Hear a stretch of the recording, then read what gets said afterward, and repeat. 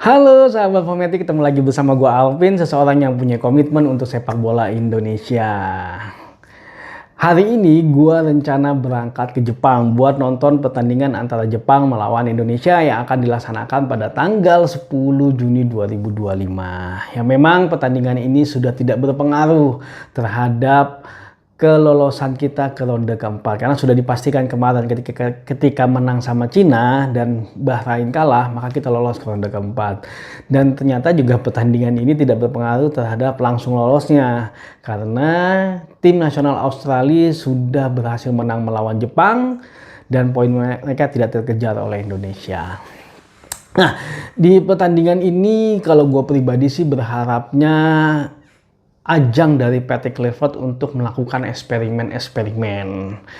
Karena memang kita butuh variasi-variasi strategi. Karena lawan yang kita hadapi nanti makin lama makin bervariasi. Dan itu kita butuh sebuah permainan yang tidak hanya seperti sekarang. Kalau menurut gua yang sudah berhasil, yang sudah pakemnya jalan, kita butuh permainan lain yang mungkin bisa kita variasikan ketika kita sudah mengalami stuck ataupun kita mengalami ketinggalan. Ya kita mungkin butuh variasi itu yang mau nggak mau harus diambil keputusannya oleh pelatih. Nah tapi memang itu harus dilatih. Dan sekarang adalah waktu yang tepat sebenarnya di pertandingan antara Indonesia melawan Jepang ini.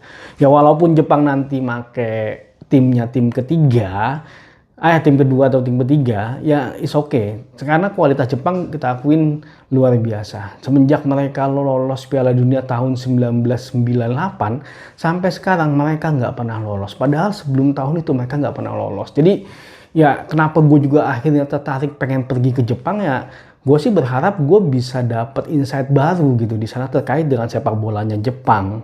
Kenapa? Karena ya mereka melakukan itu tidak mungkin dengan hanya membalikan telapak tangan. Pasti itu adalah sebuah proses yang panjang. Yang memang sudah gue pernah tahu bahwa adalah kompetisi mereka yang berkesinambungan baik dari umur kecil grassroots sampai ke level senior. Itu mereka benar-benar bangun dan mereka membangunnya itu dari level sekolah kalau nggak salah. Jadi mereka punya kompetisi antar sekolah dasar, terus sekolah menengah, SMA, sampai kuliah. Baru mereka masuk ke level profesional. Jadi dan itu rata-rata mereka sih setahu gue sih nggak tahu ya apakah ada SSB atau enggak. Tapi di sana di Jepang itu untuk klub-klub level SD itu mereka sangat terstruktur sekali. Nah itu yang mungkin yang menarik buat digali supaya kita bisa dapat insight baru. Ya apa salahnya sih kita belajar sepak bola ke Jepang. Walaupun memang dulu Jepang itu sebenarnya sempat belajar sepak bola ke kita.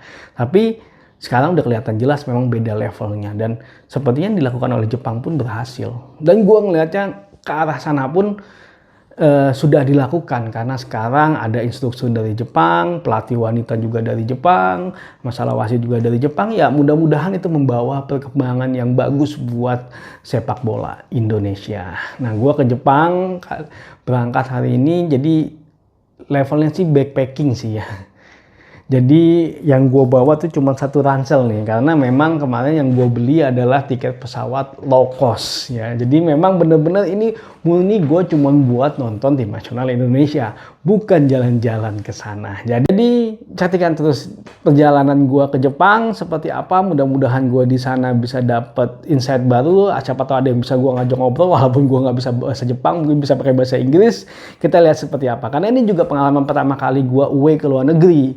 Dulu gue pernah away ke Bandung, itu masih deket banget lah dari Jakarta. Nonton di GBK, gue udah sering. Nah ini pertama kalinya gue nonton pertandingan away di luar negeri, yaitu di Jepang. Mudah-mudahan sih next sih gue bisa nonton lagi pertandingan yang lain tim nasional Indonesia bulan Oktober, ronde 4, why not? Oke, saksikan video gue selanjutnya.